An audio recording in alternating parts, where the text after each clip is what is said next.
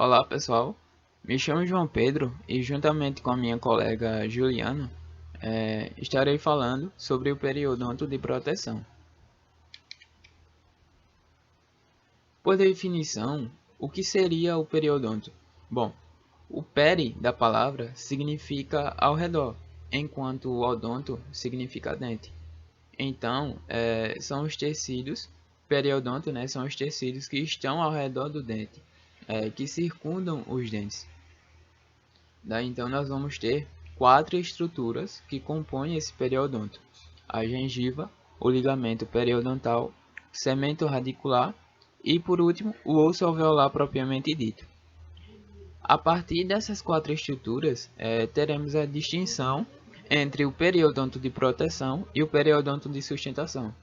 Então, o que seria proteção?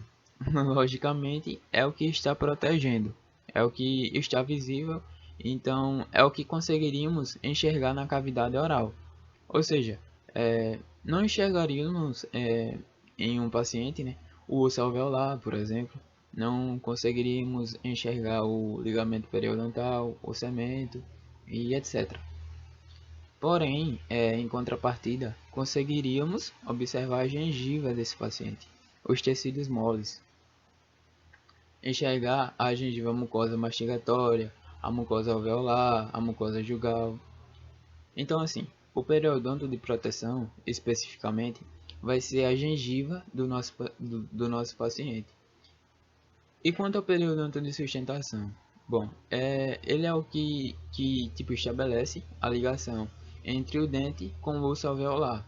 Isso a partir do cemento, do ligamento periodontal e também, né, do osso alveolar.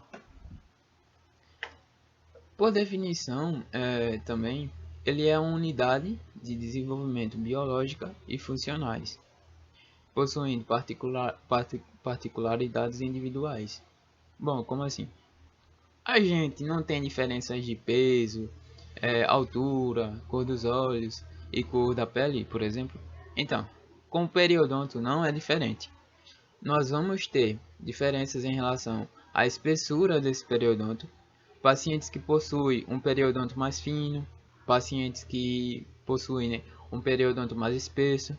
Temos diferença na pigmentação, ou seja, pacientes que têm uma pigmentação por melanina excessiva, que geralmente ocorre em pacientes negros, que têm uma gengiva mais arroxeada, com uma cor mais, digamos, mais diferenciada. Alguns capítulos de livro falam, né, acerca do envelhecimento do periodonto. Novamente, fazendo um comparativo com as nossas particularidades, quando envelhecemos, a nossa pele ela se torna mais fina, não? Tipo, mais enrugada, aparecem flacidez. Temos uma redução de colágeno. E será que isso ocorre também na gengiva? E a resposta é sim. Nós vamos ter um epitélio muito mais delgado, um epitélio mais fino nos indivíduos, principalmente idosos. Sendo que vale ressaltar que essa questão do epitélio mais delgado em pessoas idosas, ela não influencia a capacidade do corpo de responder a diferentes estímulos ou agressões. Porém, né, ao lidar com um paciente idoso, devemos ter essa concepção de que a gengiva ela vai ser mais fininha. E por último, nós temos as alterações, né, relacionadas ao meio ambiente. E surge uma dúvida, são muitas as alterações, porém, tem delas, né, que surgem com maior frequência. E uma das que a gente vai ver com maior frequência que vai impactar o nosso paciente vai ser a questão do paciente fumante. Estudos apontam que eles têm uma alteração, os pacientes fumantes, têm uma alteração na queratinização da gengiva, onde que ela fica com um aspecto pálido, com um aspecto esbranquiçado, e até o palato fica com uma característica diferente também. As funções do periodonto.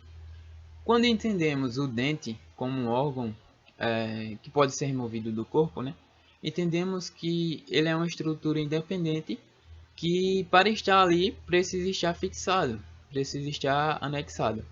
E quem desempenha esse papel é também o periodonto de proteção. Por isso que uma das suas funções é inserir o dente no alvéolo. Então, assim, nós vamos ter a inserção desse dente no osso alveolar e, além disso, teremos o periodonto mantendo, isso é bem importante, teremos o periodonto mantendo o selamento entre um ambiente interno e externo. Essa é uma função muito apreciável, pois temos ali na cavidade oral, né, como todos sabem, uma alta gama de infecção, ou seja, uma cavidade oral lotada de micro-organismos, de fungos, de bactérias, e simultaneamente temos uma conexão entre o dente com a parte mais íntima ali do nosso corpo. Aí vem a possibilidade de conexão com o osso alveolar, com a circulação sanguínea, ou seja, dessa camada externa com a camada interna, o que poderia, né, vir a desencadear várias patologias.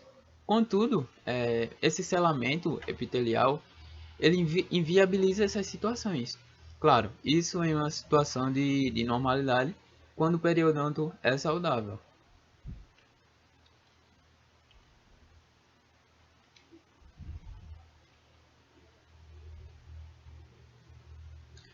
A mucosa oral, ela vai se dividir em três.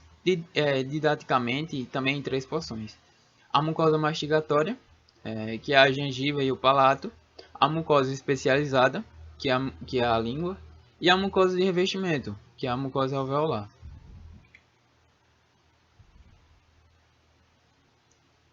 Temos nessa foto aqui o aspecto macro do periodonto de proteção. A princípio, né, a gente pode vir a pensar que tudo isso é gengiva, mas não, pois existem diferentes porções dessa gengiva.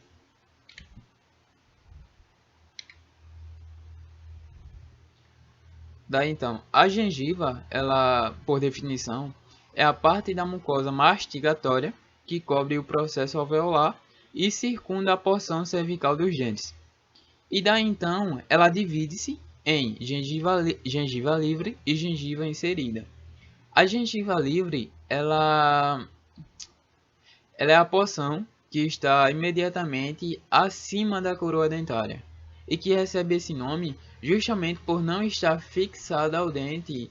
E enquanto isso, a gengiva inserida, que tem até um nome autoexplicativo, como a gengiva livre, é a porção acima da gengiva livre e que está firmemente aderida ao osso alveolar subjacente por meio de fibras. Ou seja, nós iremos ter a coroa dentária, a porção cervical dessa coroa, imediatamente acima iremos ter a porção da gengiva livre e terminando a gengiva livre, na ranhura gengival, que iremos ver mais adiante, inicia-se a gengiva inserida.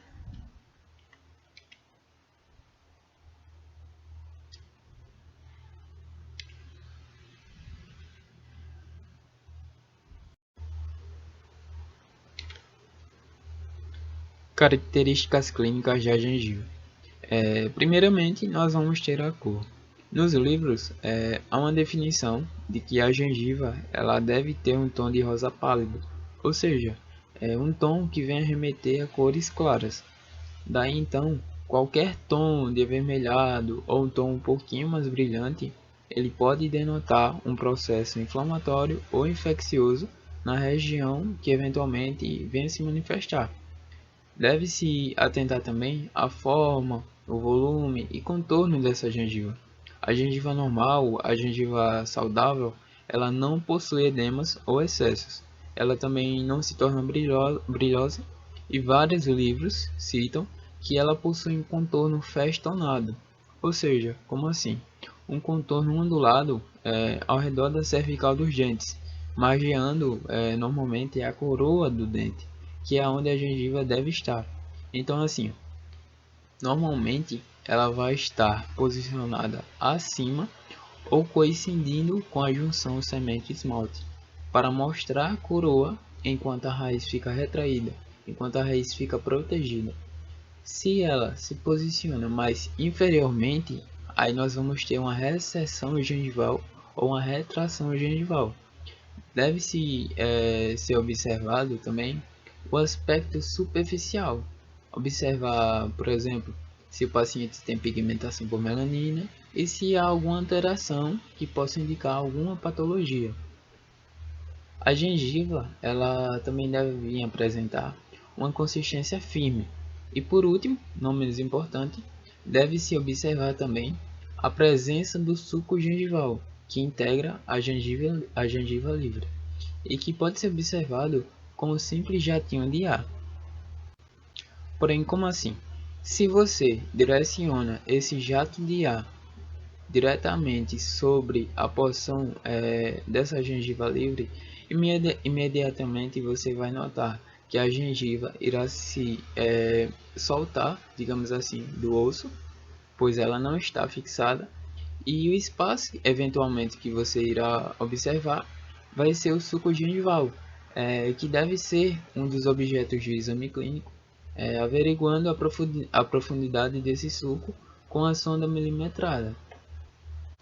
Nessa imagem superior, a princípio podemos observar a cor, onde que ela se apresenta em tons claros, ou seja, em uma situação de normalidade, e em seguida podemos observar também o contorno festonado. Observem que a gengiva ela está posicionada na altura da junção cemento-esmalte e acompanha todo o contorno dessa porção cervical da coroa dentária.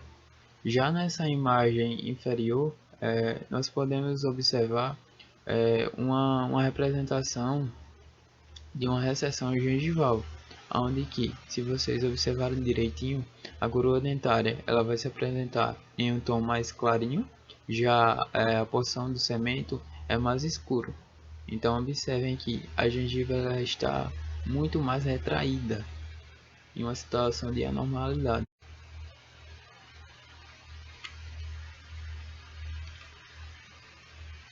A gengiva livre. Bom, ela compreende o tecido gengival marginal da vestibular e lingual dos dentes, além também das papilas interdentárias, e ela se estende até a ranhura gengival livre. Tem alguns estudos que falam sobre a prevalência dessa ranhura, de modo que nem todo paciente tem. Então, assim, não é uma linha real, muito visível, onde que o paciente venha ter essa marcação da distinção entre a gengiva livre com a inserida. Trata-se de uma linha imaginária entre o fundo do sulco gengival e a superfície gengival visível oposta a ele, ao nível correspondente à junção cemento-esmalte.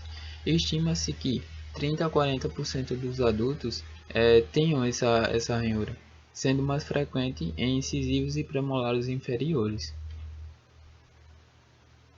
Nessa imagem aqui, ó, bacana até, nós temos, né, a representação da gengiva livre num tonzinho mais diferente, bem bacana mesmo. Já aqui, nós estamos vendo um corte histológico do dente de lado. Temos a dentina, o esmalte, a junção cemento-esmalte, a parte radicular da raiz, né, que também é dentina radicular. Nós temos o cemento aderido ali, em cima dessa raiz. Temos fibras de ligamento periodontal que se estendem do cemento ao osso alveolar. E temos também fibras gengivais que vão se estender ali para o tecido gengival para nutrir esse epitélio oral, que veremos mais adiante.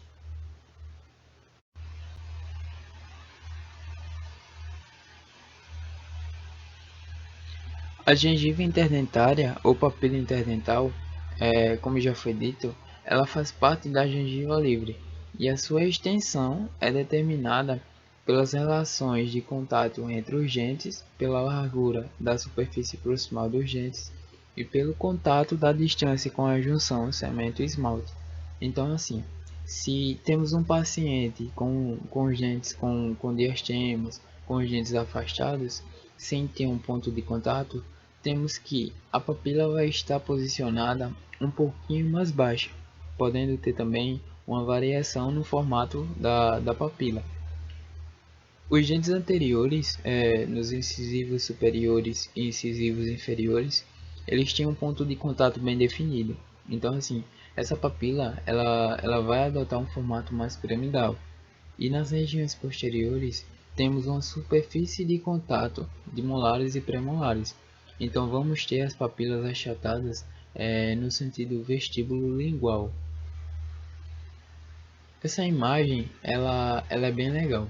Percebam que nós vamos ter a representação da gengiva e superiormente a papila interdentária, onde que ela faz como se fosse um morrinho, uma projeção, e logo em seguida há uma depressão que passa por baixo do ponto de contato dos dentes, e logo em seguida, novamente, faz outro morrinho. Ou seja, a papila interdentária ela tem uma porção tanto por vestibular como por lingual. E além disso, existe essa área por baixo do ponto de contato dos dentes, que iremos ver mais adiante através de alguns cortes histológicos, que é chamada área de Kohl, que significa desfiladeiro. É como se fosse uma meia-lua no meio.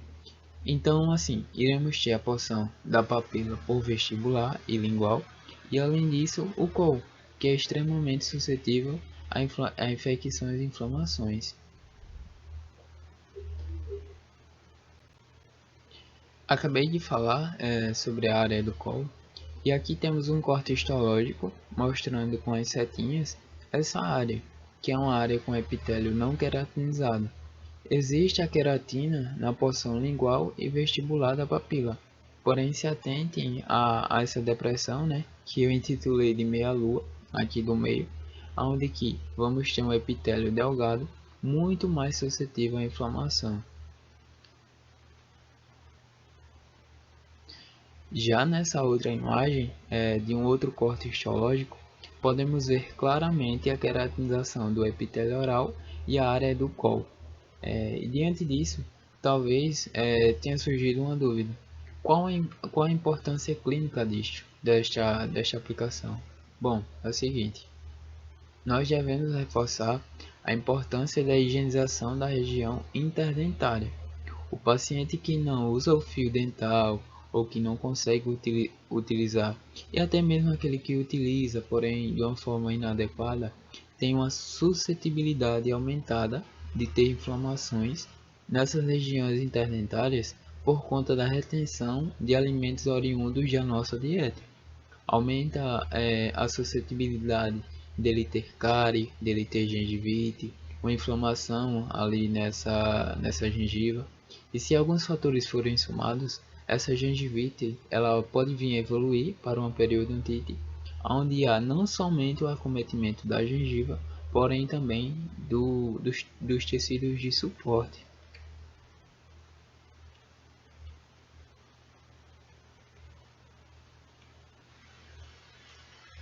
Aqui, nessa primeira imagem, podemos ver facilmente o ponto de contato entre os dentes, onde que a gengiva livre e a papila interdentária estão preenchendo todo o espaço interdentário, numa situação de normalidade. Isso ocorre quando o paciente não tem perda óssea ou doenças periodontais. Já nessa segunda imagem, na parte de cima, temos um diastema presente nos dentes incisivos, e na imagem abaixo há a correção desse diastema. Agora reparem a postura que a papila passa a adotar quando o diastema está presente. Ela se projeta um pouquinho mais baixa e a sua forma também é alterada, deixando de ser piramidal. E após a correção, essa papila ela volta a adotar o formato piramidal, um formato normal, e passa a preencher então todo o espaço interdentário.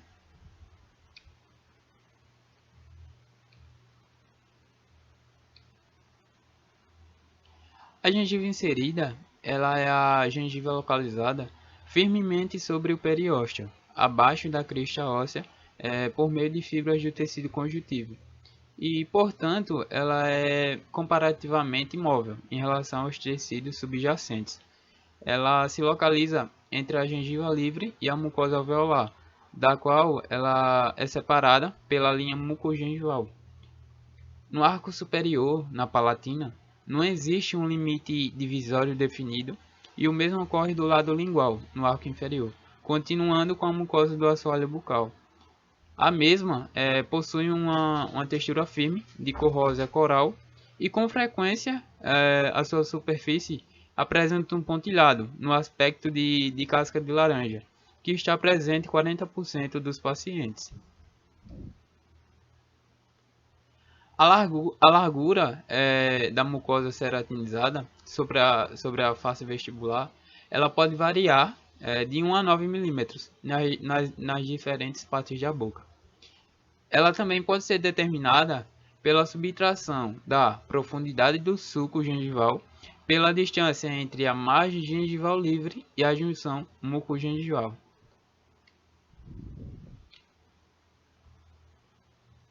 Na maxila, a gengiva vestibular, em geral, é mais larga na área dos incisivos e mais estreita quando se aproxima, né, aos premolares.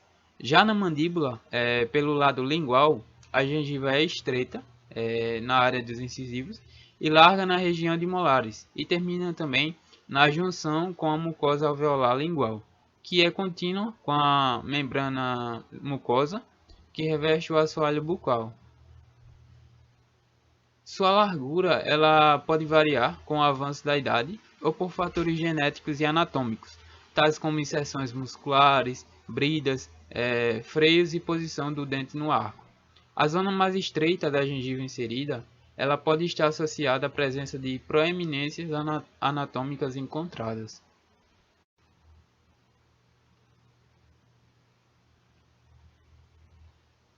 Nessa primeira imagem, podemos observar uma pigmentação excessiva da gengiva inserida, no qual ela possui, né, esse aspecto de casca de laranja.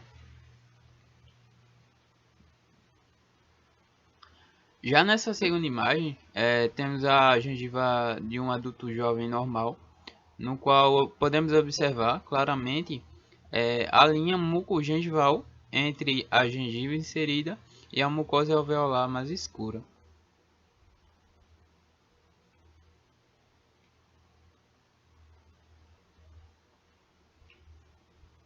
Então é isso, pessoal. Agora a Juliana irá dar continuidade à apresentação. Bom, galera, meu nome é Juliana, eu espero que vocês todos estejam bem.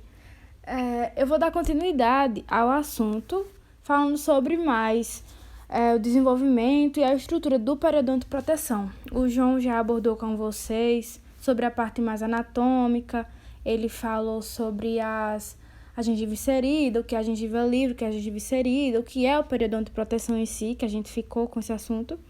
E aí eu vou falar mais sobre o desenvolvimento e a estrutura.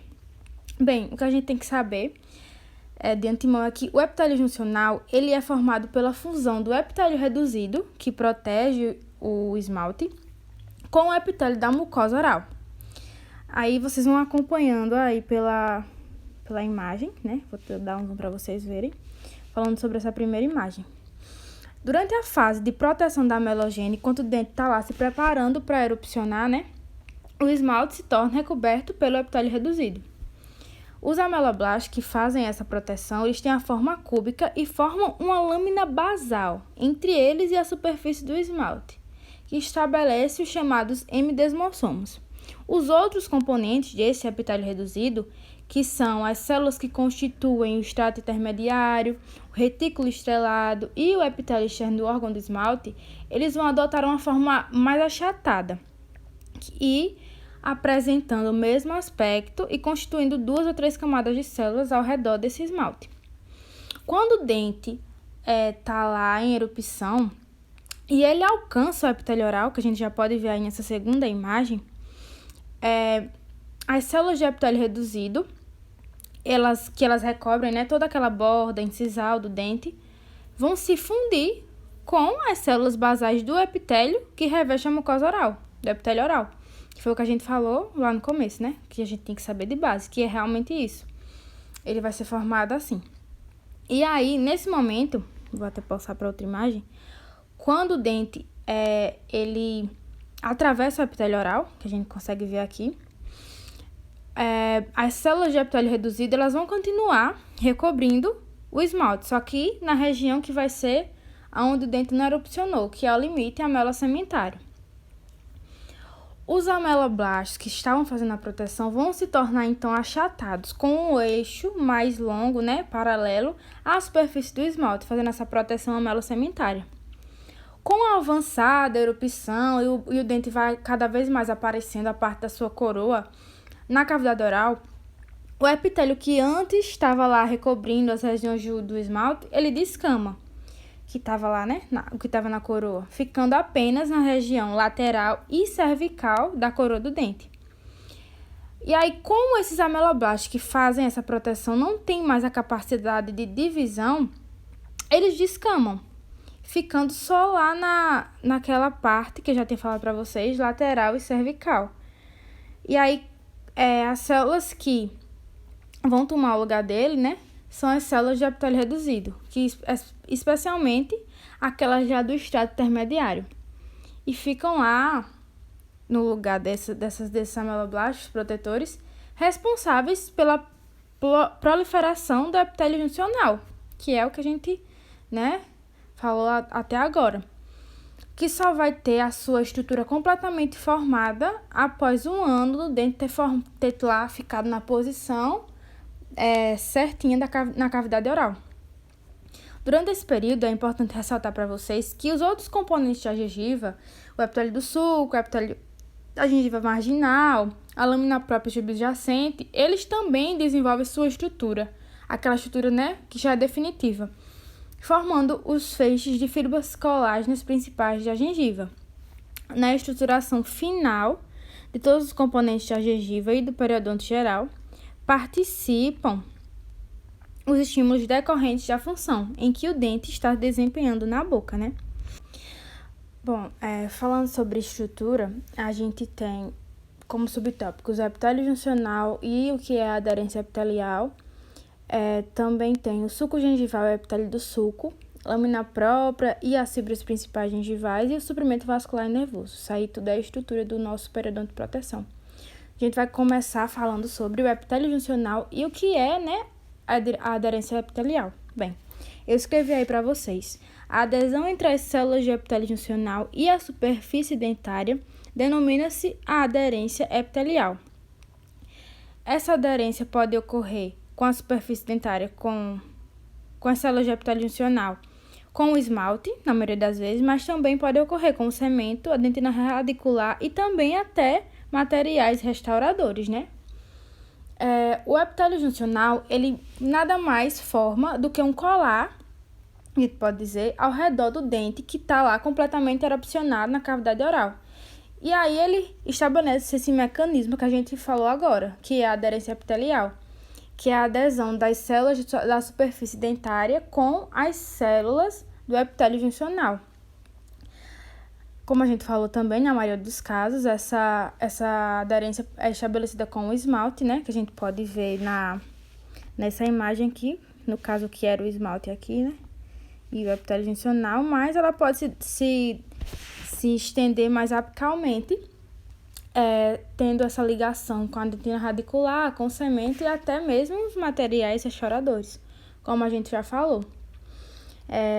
As fibras principais inseridas no cemento aparentemente constituem a barreira que limita o aprofundamento do epitélio juncional no sentido apical, né? Elas impedem que o epitélio juncional se aprofunde. E aí, uma coisa interessante a gente falar, uma correlação clínica, é que quando ocorre a degradação dessas fibras principais que são inseridas no cemento, no caso de uma doença periodontal, né, o epitélio juncional ele pode migrar no sentido apical até encontrar essas fibras intactas, que eles consigam fazer a aderência epitelial. Na gengiva normal de dentes jovens, o epitélio juncional tem a sua extremidade apical na altura lá do limite amelossementário, em que tem apenas 2 ou 3 camadas de células. Porém, quando a gente vai em direção mais para a coroa do dente, o epitélio vai aumentando a espessura, chegando a ter de 20 até 30 camadas de células no seu limite, sabe, do epitélio do sulco. A gente pode ver aqui nessa mesma imagem as camadas formadas do epitélio juncional. Em dentes humanos, a distância do espaço do esmalte e do epitélio juncional entre a parte mais profunda e a continuidade do epitélio do sulco é de aproximadamente 1 milímetro, 1,5 milímetros. A gente consegue ver nessa imagem, o epitélio juncional ele tem 2 estratos. O basal, do lado da lâmina própria, que é constituído por uma única camada de células cúbicas, que é esse chamado aí estrato basal que está apontando, e o estrato suprabasal, que já ele é formado por células achatadas, com o seu eixo paralelo à superfície dentária, né? A gente consegue ver aí membrana basal interna, eles mais assim, e o esmalte, né? As células do estrato basal formam, na relação com a lâmina própria, uma lâmina basal similar àquela que tem toda a interface entre o epitélio conjuntivo. Entretanto, entre a superfície dentária e as células adjacentes, existe também uma lâmina basal. Desse modo, a primeira denomina-se lâmina basal externa, vocês estão vendo aí, enquanto a localizada em relação à superfície do dente é chamada de interna. Dá para vocês verem, né? Membrana basal interna e lâmina basal externa. Dá para vocês enxergarem nessa imagem. As duas lâminas basais têm continuidade, porém na extremidade apical do epitélio juncional. A superfície do epitélio juncional, voltada para a lâmina própria, é plana, isto é, ela não apresenta nenhum tipo de odulação. As células do estrato basal são as responsáveis pela proliferação deste epitélio, que a gente já tinha falado, né? Que tem um alto índice de renovação, o que determina que as células do epitélio juncional sejam renovadas em um período de 4 a 6 dias, descamando para o suco gengival, né? Uma correlação clínica bom de mencionar para vocês é que em caso de doença periodontal, mais uma vez, quando o epitélio juncional se aprofunda rapidamente no sentido apical, a nova formação do tecido ósseo da crista alveolar torna-se prejudicada. Esse fenômeno pode ser limitado pela implantação de membranas artificiais nessa região, tornando assim possível o que se denomina regeneração tissular guiada, né? As células do extrato suprabasal estão ligadas por escasso número de desmossomos, comparando-se, né, com os epitélios de outras regiões da gengiva. Isso vai determinar a existência de espaços amplos entre as células, que conferem então a grande permeabilidade ao tecido juncional, o que possibilita a passagem de líquido tissular e de algumas células inflamatórias, principalmente neutrófilos e linfócitos, que vão da lâmina própria para o suco gengival. Forma-se assim um exudado denominado fluido crevicular ou sucular, onde também ocorrem passagem de bactérias ou toxinas bacterianas no sentido inverso, né? Do suco para a lâmina própria. Uma correlação clínica também importante de ser mencionada. As gengivas normais em adultos sempre vão apresentar um grauzinho de inflamação, mesmo que ele seja leve. E assim, dependendo da intensidade da inflamação, vai resultar na passagem de maior quantidade de fluido crevicular, né? Esse fluido que a gente falou que é muito composto de neutrófilos e linfócitos.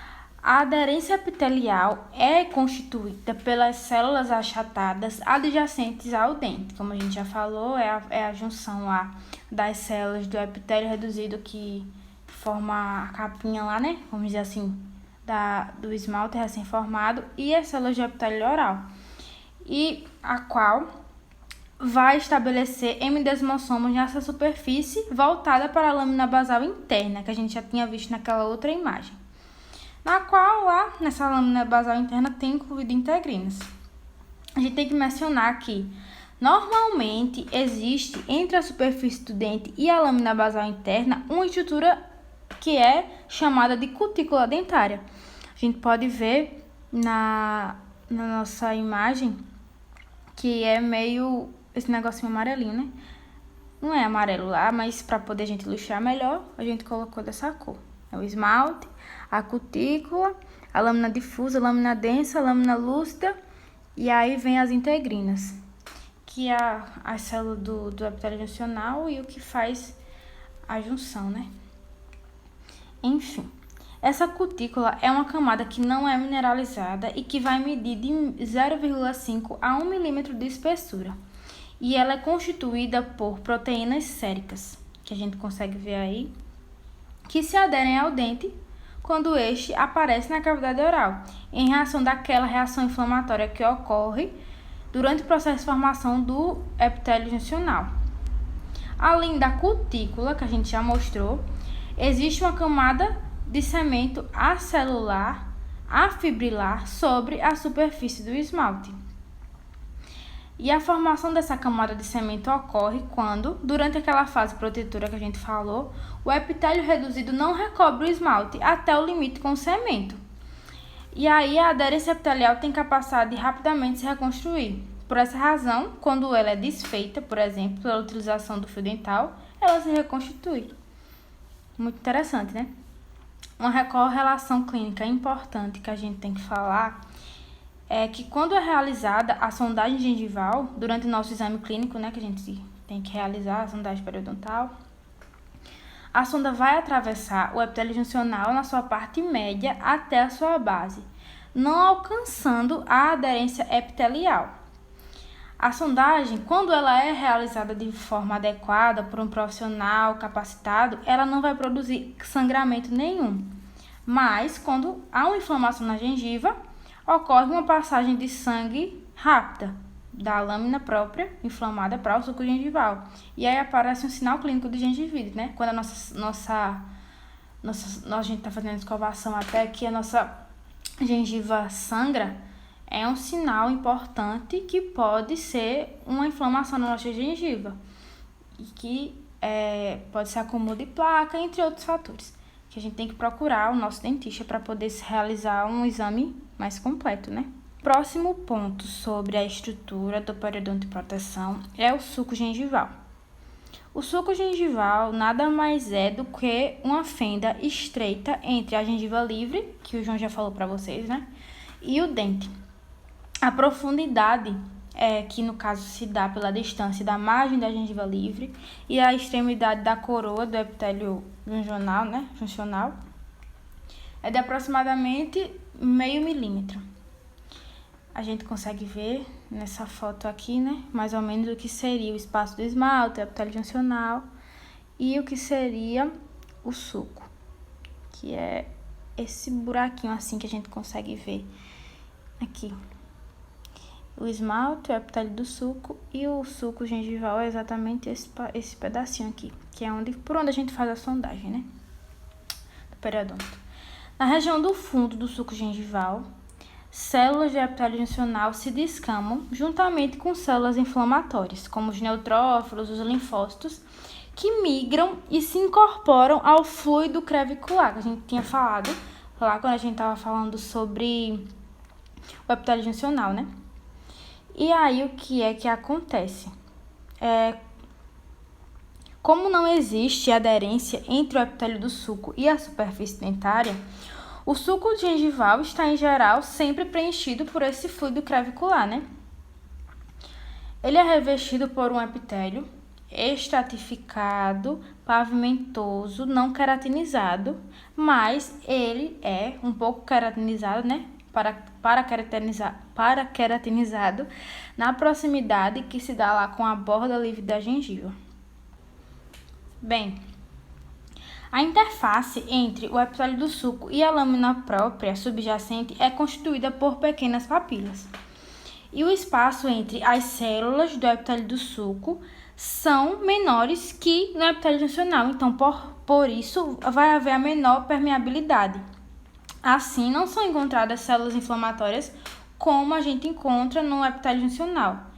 No epitélio do sulco a gente não consegue encontrar células inflamatórias porque realmente os espaços entre essas células são bem menores, mais apertados, né? Vamos falar assim. O epitélio que reveste a vertente externa da gengiva livre, vou colocar para vocês verem, né? Essa parte mais escurinha aqui, um rostinho mais escuro, tem as mesmas características do epitélio da gengiva inserida, que a gente caracteriza como estratificado, pavimentoso, queratinizado. e ele geralmente é do tipo parakeratinizado. Uma coisa interessante a gente ver, vou passar a imagem, nas regiões de contato entre dois dentes adjacentes, a gengiva livre constitui papilas interdentárias, com os mesmos componentes do restante da gengiva, que é livre, né? No caso, a gengiva interdentária não vai ter uma parte livre, porque vai ser um dente com um dente, então vai ficar meio coladinho, né? E aí, o epitélio juncional é estabelecido não apenas nas faces vestibular e palatina, ou lingual dos dentes, mas também nas faces mesial e distal. Nessas regiões que são interproximais, as papilas estreitam-se consideravelmente, fica bem estreitadozinha, e constituem determinado COL, COL, em razão de sua forma em cela. O epitélio do COL é, portanto, estabelecido pelos epitélios juncionais em relação aos dois dentes adjacentes. A gente consegue ver nessas duas imagens, né? Os espaços do esmalte, onde era a dentina, o esmalte, e o epitélio juncional. E onde é o COL, né? Esse espacinho aqui do meio. Aqui a gente consegue já estar apontado o que é a papila interdentária e o que é o COL, né? Bem interessante.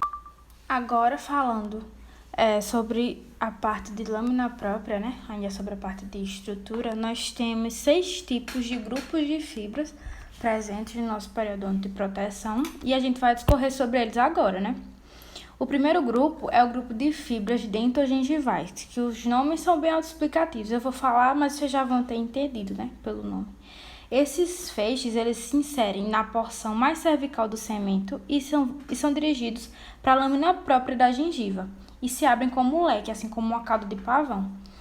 Assim, algumas fibras ficam paralelas à base do epitélio juncional e outras acabam próximas à base do epitélio oral da vertente externa da gengiva, que a gente já até mostrou uma foto aqui.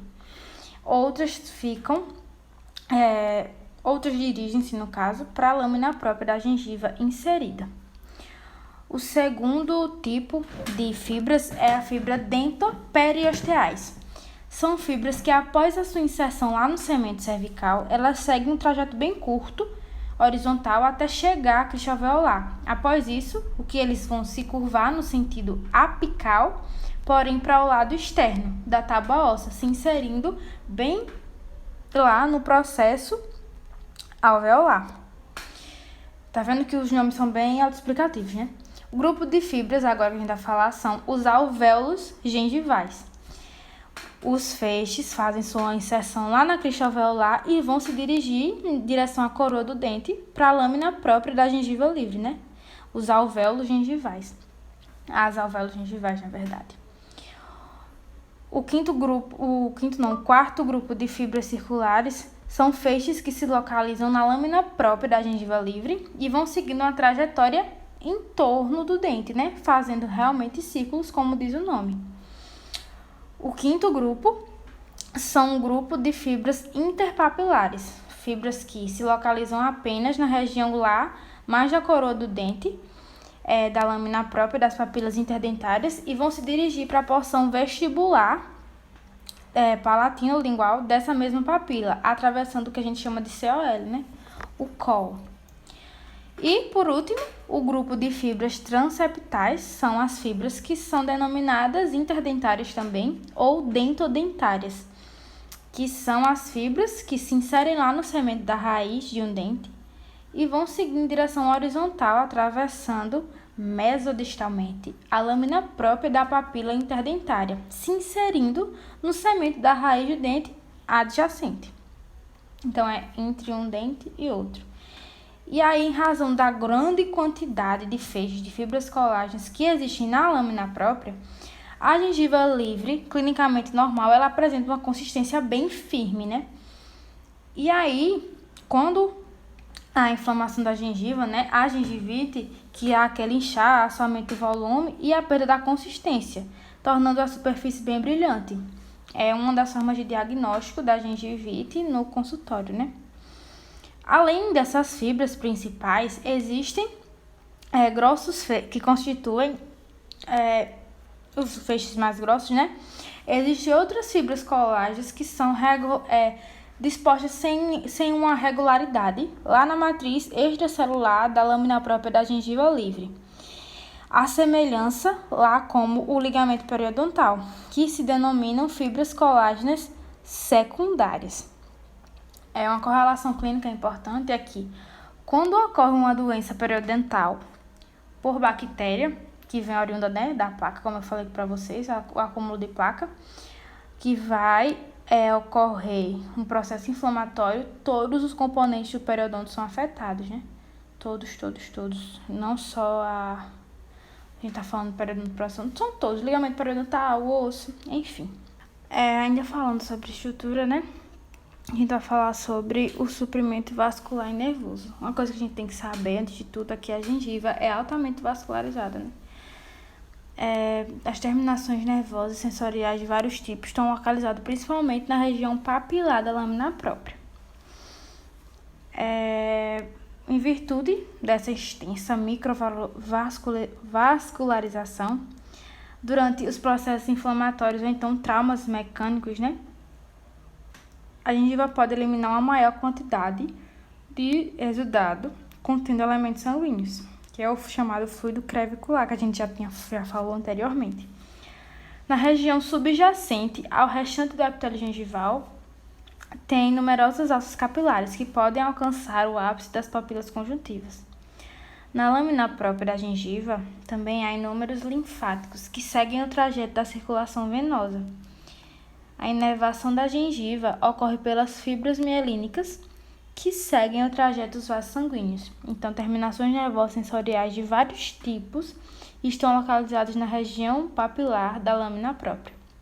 Uma correlação clínica importante é que, além das moléculas estruturais da matriz, o periodonto contém quantidades variadas de fatores de crescimento, né? Como as proteínas morfogenéticas, imunoglobulinas, citocinas, prostanoides, metaloproteinases e produtos oriundos da degradação do osso alveolar, do ligamento periodontal e do cemento. Então, a elucidação das funções desses vários fatores, bem como os recentes avanços da genética, devem auxiliar na prevenção, tratamento e prognóstico na regeneração dos tecidos periodontais. Bom, pessoal, chegamos ao fim da nossa apresentação, né, do nosso seminário / aula. Espero que vocês tenham gostado e é isso. Um abraço e bons estudos.